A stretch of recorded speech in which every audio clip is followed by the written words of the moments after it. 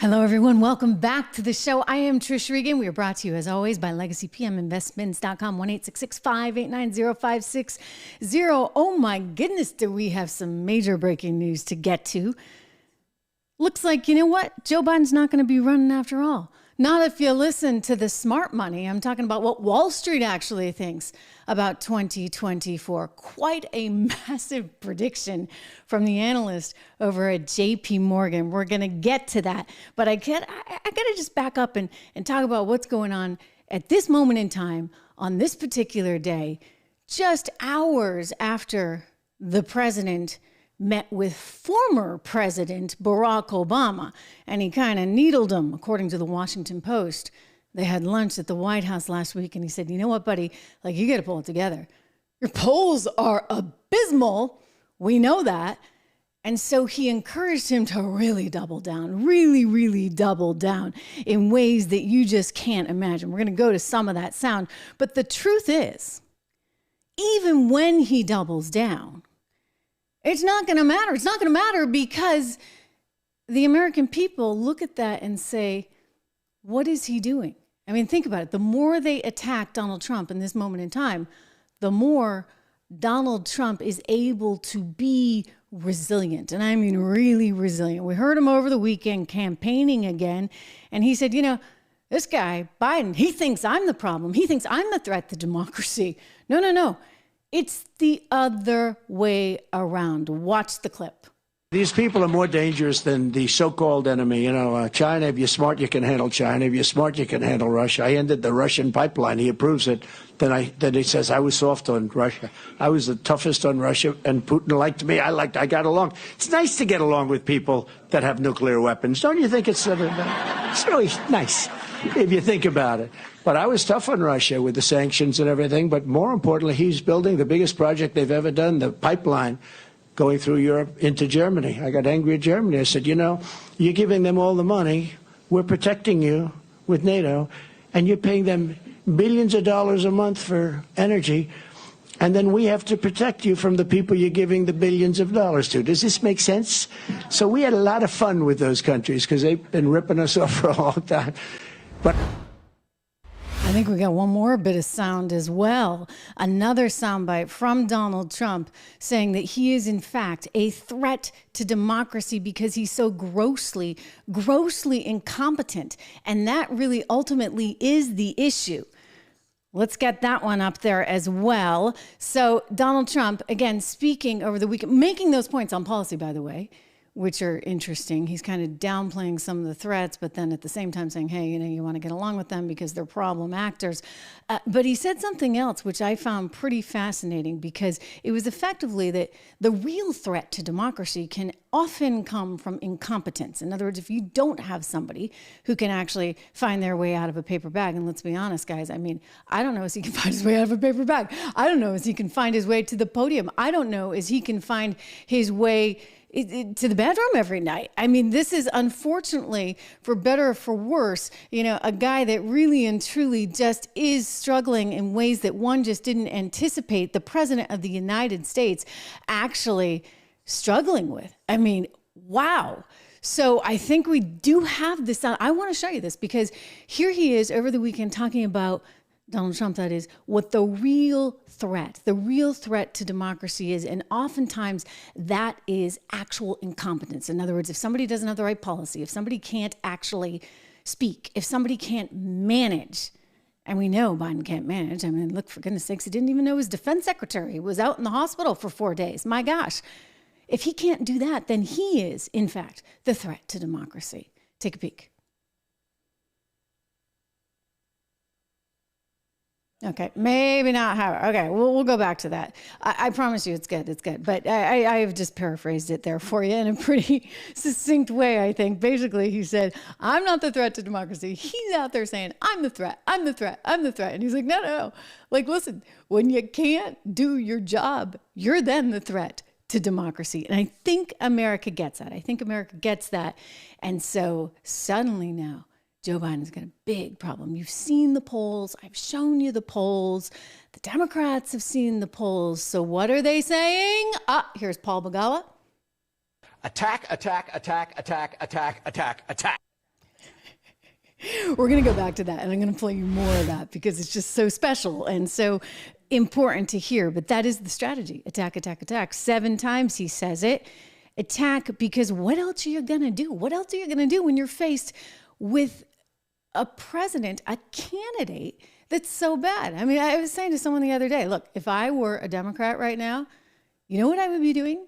I would be forcing the guy to leave. I'd say, you can't run. And if you're going to run, guess what? We're going to primary you, buddy. I mean, this is what they should have done to Carter, right? Then we wouldn't have had Reagan. But they're setting themselves up for a total loser scenario in every way, shape, or form. I mean, I'm telling you, Donald Trump, these polls that show him up about 2.7%, I think the real clear politics average is, if you look at all of them overall, and you know that those polls are actually much stronger in his favor than you even see. Why? Because it's still sort of that hangover effect. People will call and say, hey, who are you going to vote for? Are you going to vote for Trump? Nobody actually wants to say, yes, I'm going to vote for Trump. So when you see him that far ahead, that's a special something right there, because you know he's probably even further ahead. And then you look at the swing states. For goodness sakes, he's up everywhere, in some cases by 10 points in some of these swing states, everywhere except for Michigan, where it's pretty narrow, it's pretty close. So, hey, you could take, sorry, not Michigan, Wisconsin. Cheese. So Wisconsin is the only place where he's kind of neck and neck there. And it's like, look, you know, it's kind of game over at this point. So what are they going to do? The only thing they know how to do, they're going to fight with fire. They're going to fight in a very political way, in a way that is extremely divisive. They're going back to the racial well that Barack Obama was able to use so successfully. I mean, it's devastating, because I look at it and say, hey, you know what? It was a great thing that we elected a black president, twice, by the way. But it's sure as heck disappointing that that president didn't do a lot more to bring us together as a country. Instead, he was a political animal who doubled down on division. And you know what's amazing? The media lets all these guys get away with it. It's just sickening. He's down there. Well, I'm not gonna. He's down there in South Carolina, Joe Biden is, and he went to the site of that horrific, awful attack that happened, by the way, under Barack Obama's presidency in 2015. He went there and he said some pretty heinous stuff, if you ask me. I mean, he's out there justifying the Antifa and Black Lives Matter violent movements that we saw in the summer of 2020. None of that stuff was good. Listen very carefully to how he frames it. After the historic movement for justice in the summer of 2020, I signed the most significant police historic movement for justice in the summer of 2020. Hey, guys, do we have like those clips of summer of 2020? I remember, you know, there's like fire everywhere, and somehow they're just saying, well, it's mostly a peaceful. What you are seeing now, these images came and come in stark contrast to what we saw over the course of the daytime hours in Kenosha and into the early evening, which were largely peaceful demonstrations in the face of law enforcement. It wasn't until night fell that things began to get a little bit more contentious. Things were thrown back and forth. I want to be clear in how I characterize this. This is mostly a protest. It is not generally speaking unruly, but fires have. See, let me be clear how I characterize this as a mostly peaceful movement. It's like buildings are going up in flames. Come on. I mean, wow. You want to talk about rewriting history, for goodness sakes. And now Joe Biden's there in South Carolina fanning the flames, quite literally, because it wasn't just that he said. He then started getting into, you know, life isn't fair. If you're black in America, it's just not fair because, well, you don't have the same economic opportunity no matter what you do, no matter how hard you work, and no matter even if your house is built by the same guy, you're still going to have it be worth less because of the color of your skin. Listen to this. I mean, it's really gross. So a home owned by a black family on one side of a highway, built by the same builder on the other side of the highway, and a white guy living in it, the white guy's home is valued more than the black guy's. No, I know you know it. But guess what? That's how you build generational wealth. So that's why you're going to vote for Joe Biden. That's why he thinks you're going to vote for him. This is the tactic, okay? Again, straight out of Obama's playbook, because Obama had lunch with him the other day. He said, this is what you need to do. You need to double down on some of these strategies. And he thinks that this is going to work. And I'm going to tell you, you know what? It's not going to work. It's not going to work. And eventually they're going to realize this. And eventually they're going to actually take him out of the race, which is what the Wall Street guy is predicting. More on that in a moment. But this kind of sort of divisiveness, this is what we're trying to get away from America. I mean, what do you think just went down at Harvard University, for goodness sakes? What have we learned? We have learned that everybody deserves equal opportunity in this country. And sure, you know, some people have socioeconomic challenges, but for the most part, I'm not saying 1,000% this is the case, but for the most part, we're a pretty good place to be, right? That's why everybody wants to come here. Thank you very much. That's why we had 300,000 people show up in the month of December alone. That is why people want to come here, because a capitalist country that embraces freedom and gives people these opportunities, that's not a racist country. I mean, you may want to go with that, Joe. And by the way, you know, you want to talk about somebody who doesn't talk the talk anymore. I've shown you in the past some of those videos. I mean, remember, he was giving some award out and referred to a 50-some-odd-year-old black man as boy. I mean, he's done it more than once. Thank you very much, ladies and gentlemen. Not good. But it's pretty unbelievable that this is where they're going. Look, here's the reality. The polls show him down right across the board. And he's down even with the community that he would have expected, okay, would be there for him. He's down like 20 points. I mean, if you look at the NBC News November poll from this past year, so just a few months ago, right? November 21st, it came out. He showed a decline over the last year of about 20 points. So he had been up 47 points, plus 47 with the black community. Now he's up, plus 27. So that's a huge decline.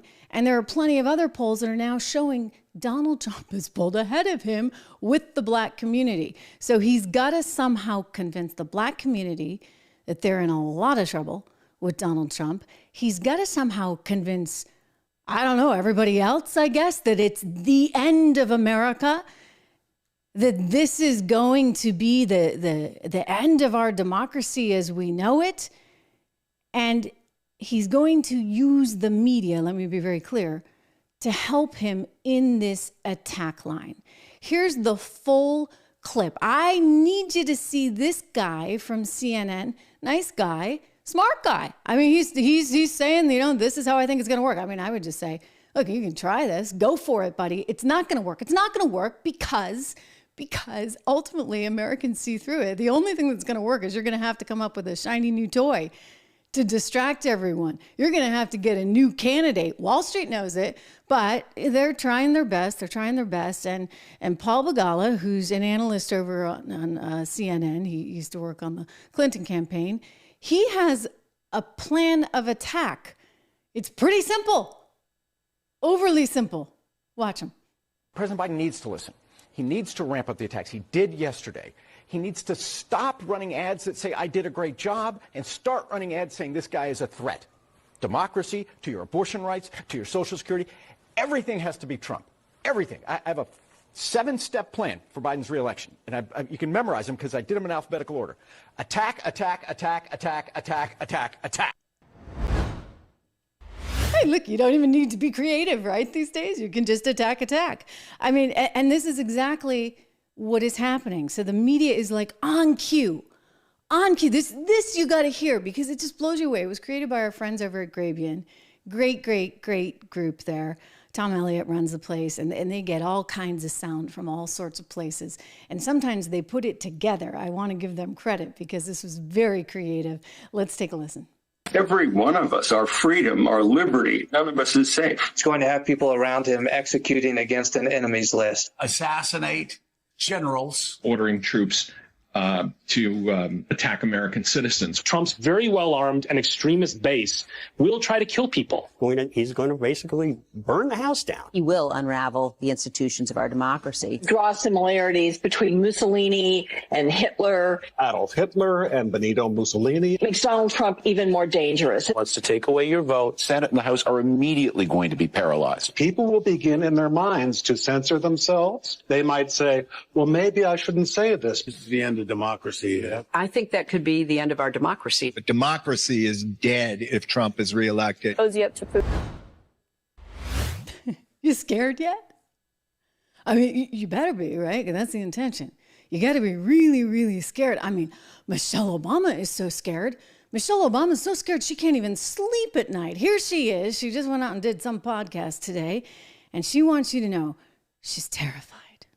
The things that keep me up, because you don't have control over them. Mm-hmm. And you wonder, where are we in this? Where are our hearts? What's going to happen in this next election? I am terrified about what could possibly happen, because our leaders matter. Who we select, who speaks for us, who holds that bully pulpit. It affects us in ways that sometimes I think people take for granted. Okay. So Michelle Obama and Barack Obama are single-handedly, probably with maybe a little help from the Clintons in the background, trying to save democracy, save America, and save poor Joe Biden's you-know-what. But this is one you-know-what that can't be saved.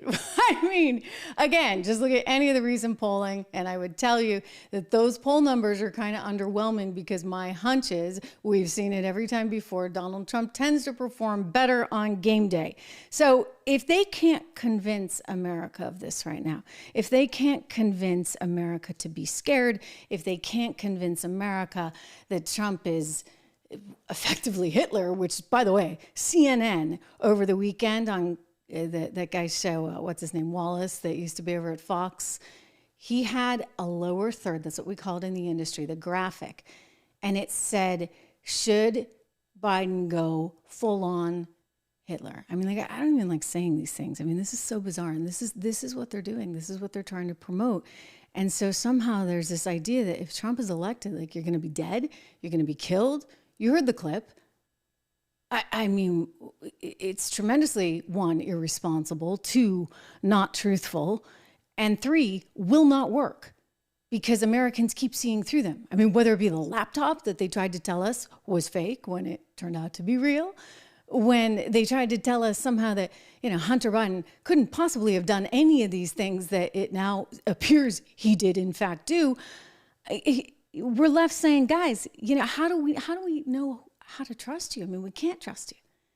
And so if you can't trust the government, and the government's like, well, as Michelle said, this kind of stinks because, you know what, we can't control the situation, then Americans increasingly, including those in the middle, rebel. They don't want to be controlled by Uncle Joe or Uncle Sam. And so eventually, as we get closer to Super Tuesday, the Democrat Party is going to figure this out. I mean, again, if I were a Democrat right now, which I am not, technically I'm just an independent. Because, hey, I look at it and say, if the Democrats could ever get their act together and actually stand for the right things, and stand for capitalism and cut taxes and stand for a strong military and all the things that we need, right? Then, hey, I'd be willing. I'm always willing. But right now, we have a Democrat Party that is so debilitated in every possible way that really is bordering, if you ask me, on being a socialist party. Well, that's a problem. And so they got bad policies and they've got a bad candidate, which leads us to this. So there was a report out recently by the guys over at JP Morgan, and very good report. Actually, Michael Cembalest, he's their sort of big market guru analyst there. And he's actually saying what I think we all already know. Biden's out. He will be out very soon, sometime before the votes are counted in November 2024. So he wrote this report, which yours truly read all 49 pages of it. It was pretty good, actually. Some interesting stuff there. Some stuff I didn't agree with. Some stuff I thought was quite interesting.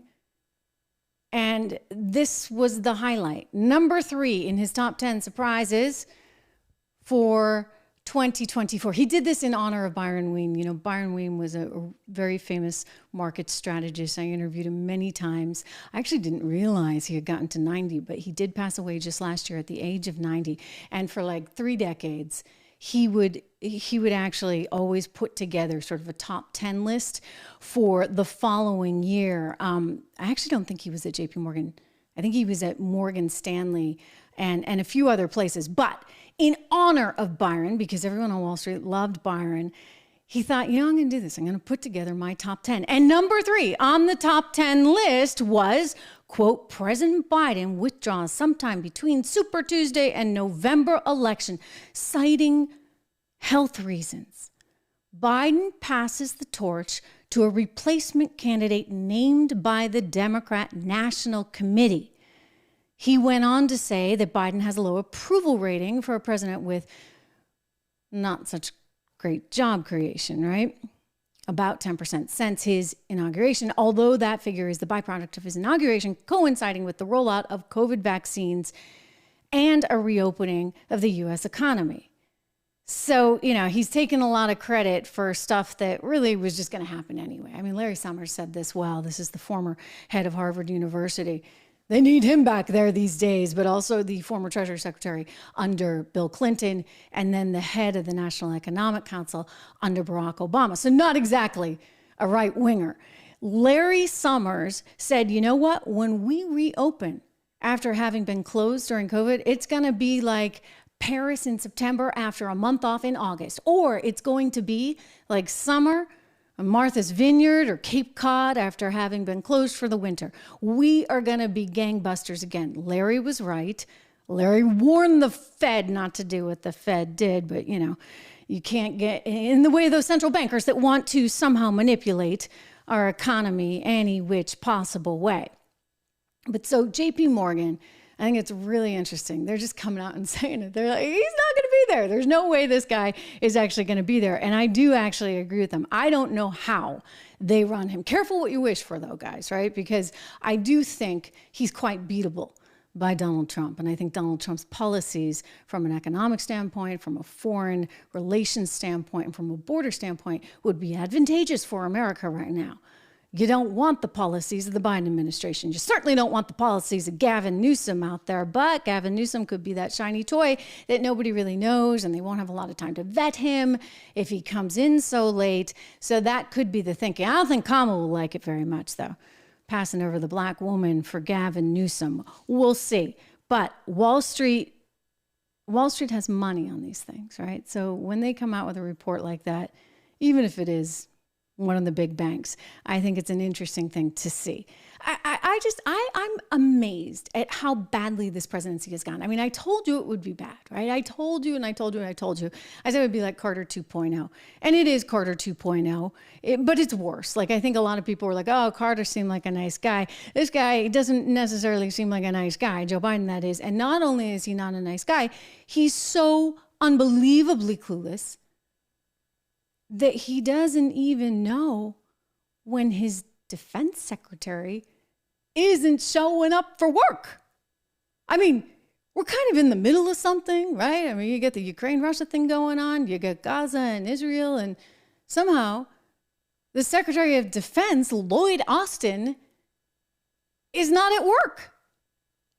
You know, the New York Post had a great title for its editorial board piece. They said, how could President Biden not notice his defense secretary was missing? I mean, I was saying the same thing. Like, how do you know?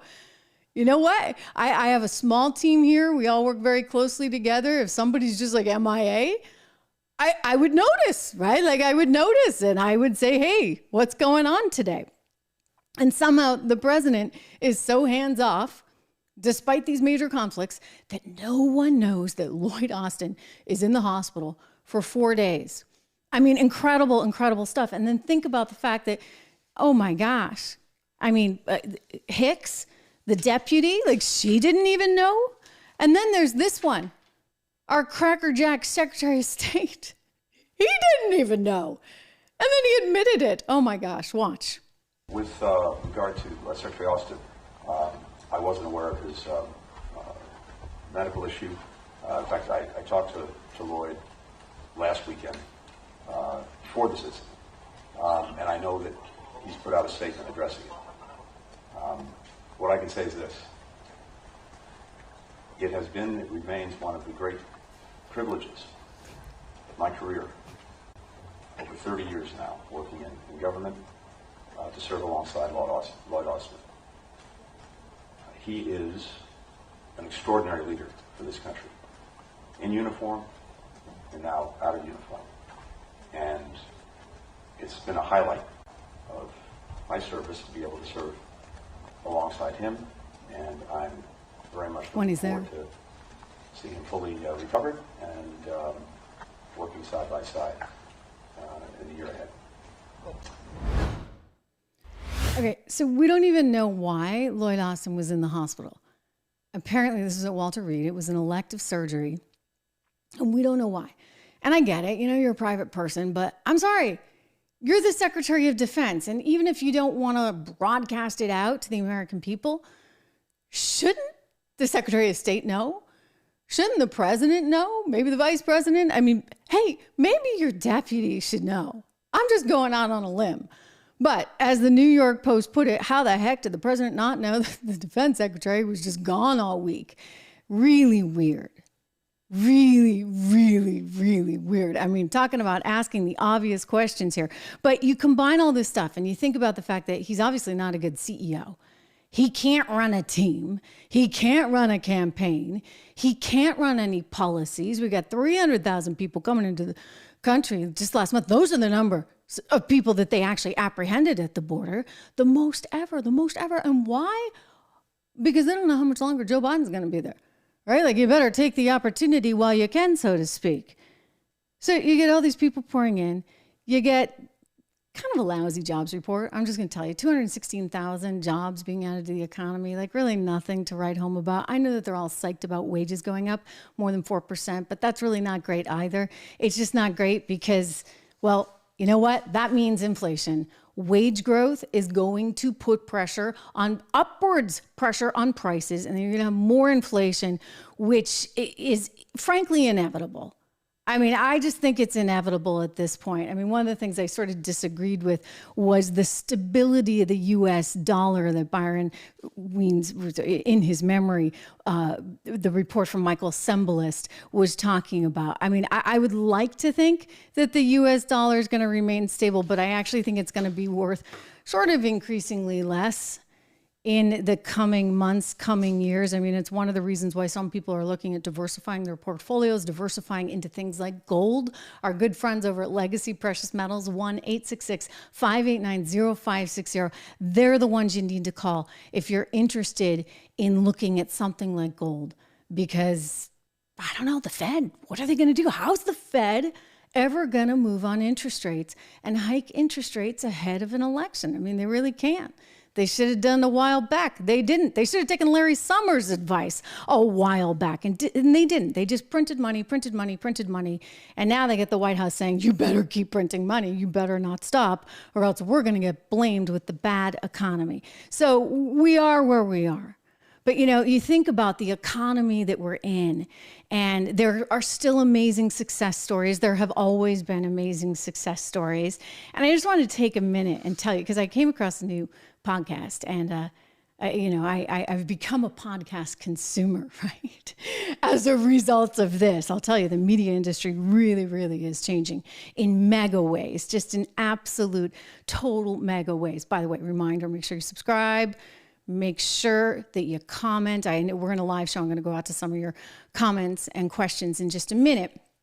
But this whole podcasting thing, it's pretty tremendous. And I came across a podcast I just wanted to tell you guys about that's really amazing. It features great success stories. success stories, people that have overcome all kinds of odds. And, I like that. I like that because that feels very American to me. It feels very patriotic.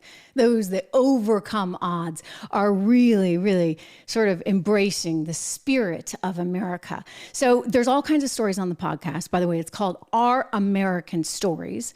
That's the name of it. Go look for it. Stories about America's past and present, the arts, sports, business, all kinds of things, right? Because there are wonderful stories out there in all walks of life, in all industries, in terms of the innovation and adventure that America has embraced. I mean, I love this show and I love hearing these stories. So I wanted to tell you about it. Each and every day, Our American Stories, it tells the stories of all these different Americans. I mean, there's no debate, there's no news. You got to come here for that, right? You got to come here for that. But it's stories about the men and women who built this country. And sometimes as we cover the news, we lose sight of that. And I think it's important. It's like a gut check. Let's go back to what we are, who we were, and who we want to be. And this show really helps you do that. Every day you're going to find about 3 or 4 stories that are inspiring, they're entertaining, and it's everything from, I don't know, how the Constitution came to be to, I think I heard something on NASCAR. Did you know that was related, the inception of NASCAR was actually related to bootlegging? Pretty amazing. There's a story about Abraham Lincoln and his very last day of life. There's another one on Henry Ford, who obviously was an incredible innovator. I like some of these business stories, but there's something for everyone. I mean, from Harriet Tubman's remarkable story to The Godfather producers and how that movie came to be. It is all there. So I want to encourage you.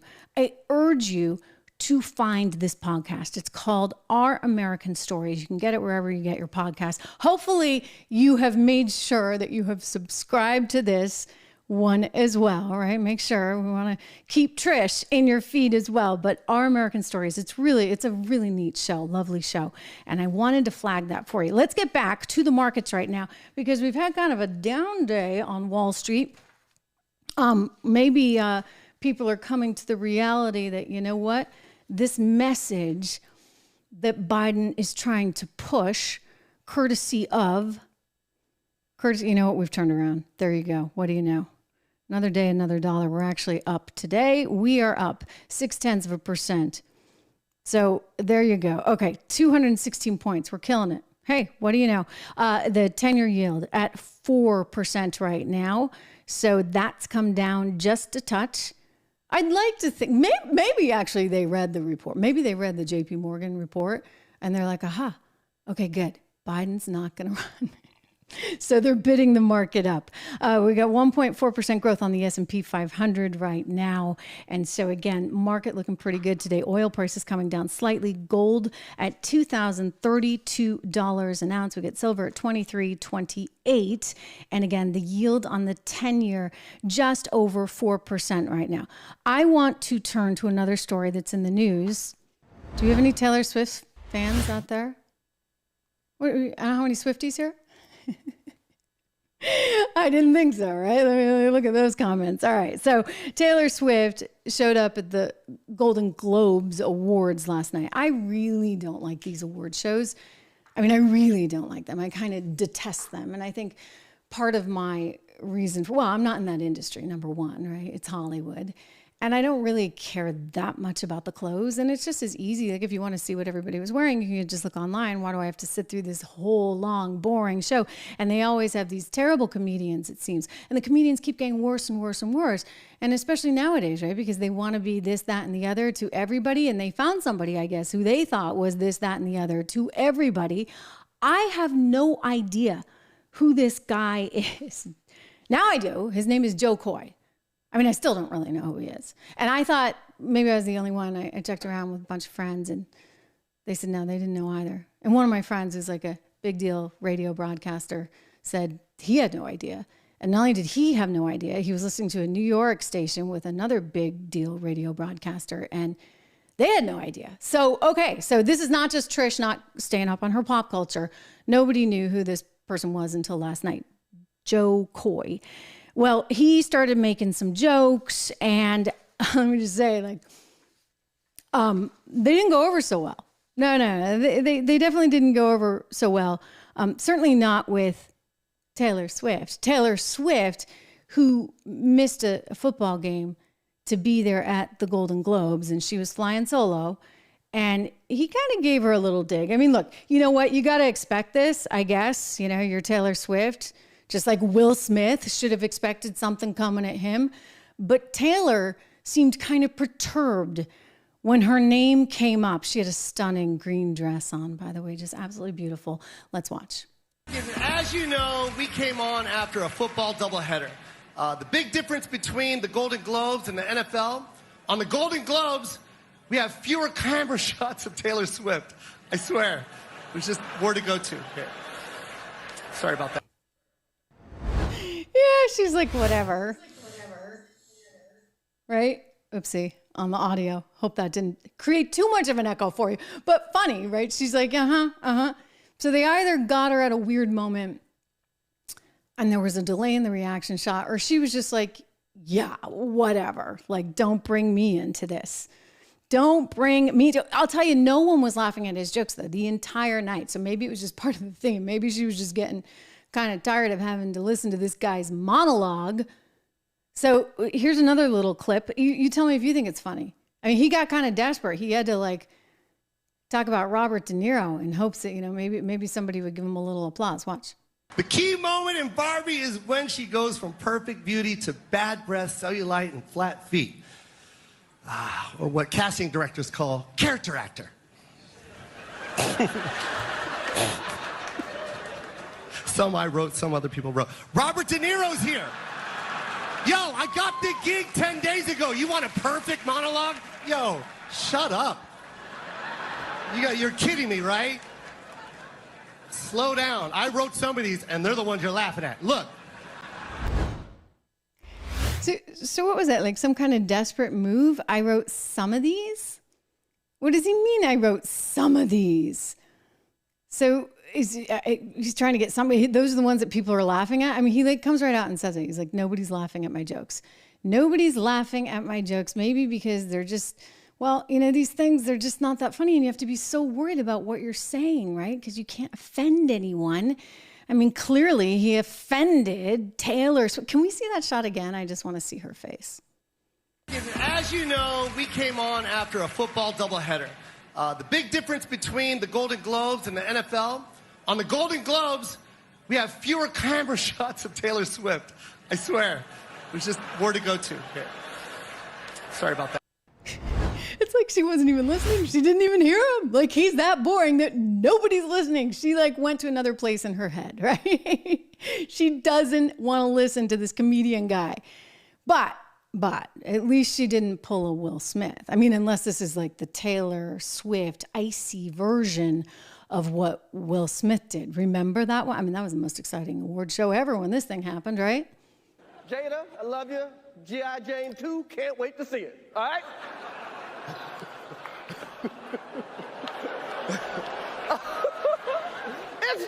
That was a nice one. Okay. I'm out here. Richard. Oh, wow. Wow. Okay.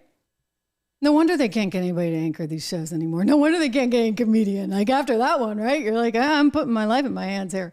That was so weird, by the way. Don't you guys think? I mean, it was so weird because I looked at it and I'm like, wow, are they this desperate for ratings that they're actually going to pull a charade like that? I thought at first, like both these guys are in on it because it had this weird sound effect. One of the things they teach you in theater class, like I took a theater class in high school and they were like, okay, you're going to learn how to do this fake slap. And that was the other thing. It was like a slap. It wasn't really like a punch. And does anybody really like a guy? Like, is he going to go up and slap another guy? It was just all so weird. I was like, okay, they must really be desperate for ratings now. And they're really trying to pull something. But it wasn't. It was apparently all quite real. And if you look at Will Smith during that, like he was laughing, he's having a good time, way better time than Taylor Swift was having. And he's laughing and like suddenly it's all fine. He looks over at his wife and she's not appreciating the humor one bit. And then he just goes waltzing up onto stage and it was so weird. I mean, wow. And of course, he got to stay and collect his award, which, by the way, that was a really good movie. If you didn't see it, was the movie about the Williams sisters. We were just talking about the podcast of these great American stories. And I know that, maybe whether you like them or not, I mean, it's a tremendous story. It was King Richard, I think, that he wound up getting nominated for on that one. So really just tragic that he had to be such a jerk, I guess, at the end. Abel, good to see you again. I'm just looking, Don, my wonderful friend, Don, who is always here and always reminding you guys to subscribe and always reminding you to like, and then causes me to actually remind you of that too. So we're up to, what are we at, guys? Like 177,000. We are nearly 178. So thank you, David. It is good to see you. So many of you, Ian as well. I see some members here. You got those blue stars next to your name. We just started this actually on YouTube. We're kind of thinking like what do we want to do with it? Like we could have like private conversations, maybe just like a feed just for us. We're also talking about Ian, I like that. Trishties. Yes, the Trishties. Do we have just a little a thing for us Trishties here? Or maybe certain videos that are just for you guys. So I just want to say thank you. I appreciate that support. I appreciate seeing so many blue stars next to those names. Leslie, of course, who's become kind of a dear friend because she is always here. And as well, Alphonse, who sends me great story ideas. So Alphonse, keep them coming. Keep them coming. I love the Trishties. Thank you. Thank you. Really good to see you guys.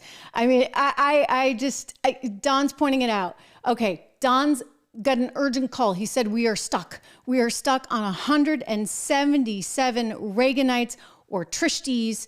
So if you haven't subscribed, make sure you do. Thank you for that, Don. I really do appreciate it. Listen, it's great to see all of you. I don't care how big or small. I mean, obviously it's nice to be big, right? But I got to tell you, it's just important right now that we have some way of communicating and that we have some way of getting the message out. What you're about to see, I gave you a little preview of. What you're about to see, politically speaking, is going to be, I think, really uncomfortable. And there's going to be less opportunity for people like me that have a message that may differ from what the mainstream media is trying to sell you. It's going to become more challenging. So I say this just in an urgent way to really encourage you to subscribe. We also are coming out with a brand new website, trishreganmedia.com. So you can go over there, you can sign up for my email if you haven't already. And we have, again, another direct connection to one another. I think that this is going to be a very trying time in the country. I suspect that ultimately the JP Morgan analyst is right on his call for the top 10 surprises of 2024. I do not know how they run President Biden in the condition that he is in. I also don't know how they bypass a black woman like Kamala Harris, who's waiting in the wings for this big opportunity and keeps telling everyone, I'm here, I can do it. I don't think she can. I don't think she has either the political capability or, frankly, dare I say that the strategic intelligence to really be able to pull off that job in a great way. So I am not a Kamala fan in that sense. I'm not a Joe Biden fan. I'm definitely not a Gavin Newsom fan, but I'm going to tell you, I'm going to issue this as kind of a warning. You know what? If they get Gavin out there and they bring him in late, if they bring him in very, very late, he looks good. He's got an attractive family. It's going to seem like, oh, you know what? Like sunshine and roses and happiness. But don't be fooled by that either. Because this is someone who literally just last week announced his introduction of healthcare for all in the state of California, of which there are some 760,000 unregistered, undocumented people. So this is going to be an enormous cost for the state of California to the tune of at least $2 billion. Many, including myself, believe that that is an underestimated figure. Gavin Newsom is introducing this, and it's wild because, of course, you'd come here. Why not? I mean, why wouldn't you come here? Now you're being promised free healthcare on top of it all. Look, I know that people migrate for different reasons, including, of course, poverty. But to come here because of poverty and say it's asylum, 8, 10, 15 years into the future, all while California is giving you handouts. I'm sorry, like the state of California can't handle it. They already have $68 billion debt. That's with a B, okay? $68 billion. And now they're going to add another 2. It just keeps on going. So he has made it very clear. Just look at the population numbers. I mean, everybody's moving to Florida or Texas or even New Hampshire for that matter. Live free or die New Hampshire. He made it very clear. He doesn't have a clue on economic policy. He has only a clue about political policy. And already in parts of California, like in Berkeley, you have undocumented migrants voting in local elections. So there's a lot of discussion about whether that's the ultimate goal. AOC out today effectively saying that I am going to bring you that sound tomorrow. We're going to have a deep dive discussion on that because you want to understand their motives. Look, hey, I got to tell you this. If this is their motive, the reality is people that are here legally that are Hispanic and that will be voting, guess what?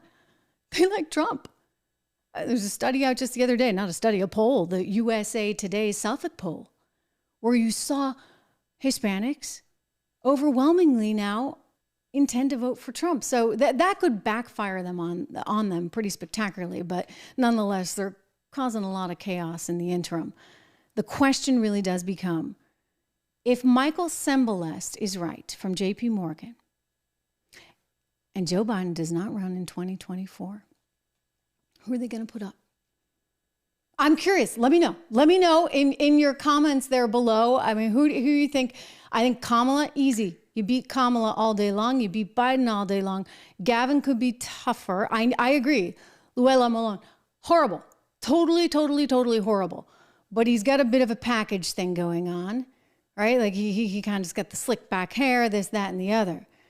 David, I'm going to be on tomorrow at 2:00. Let's hope for that. Let's shoot for that. But, I get so carried away with everything that's going on. I have to show it all to you. So it takes us a while to assemble it all. But let's shoot for 2.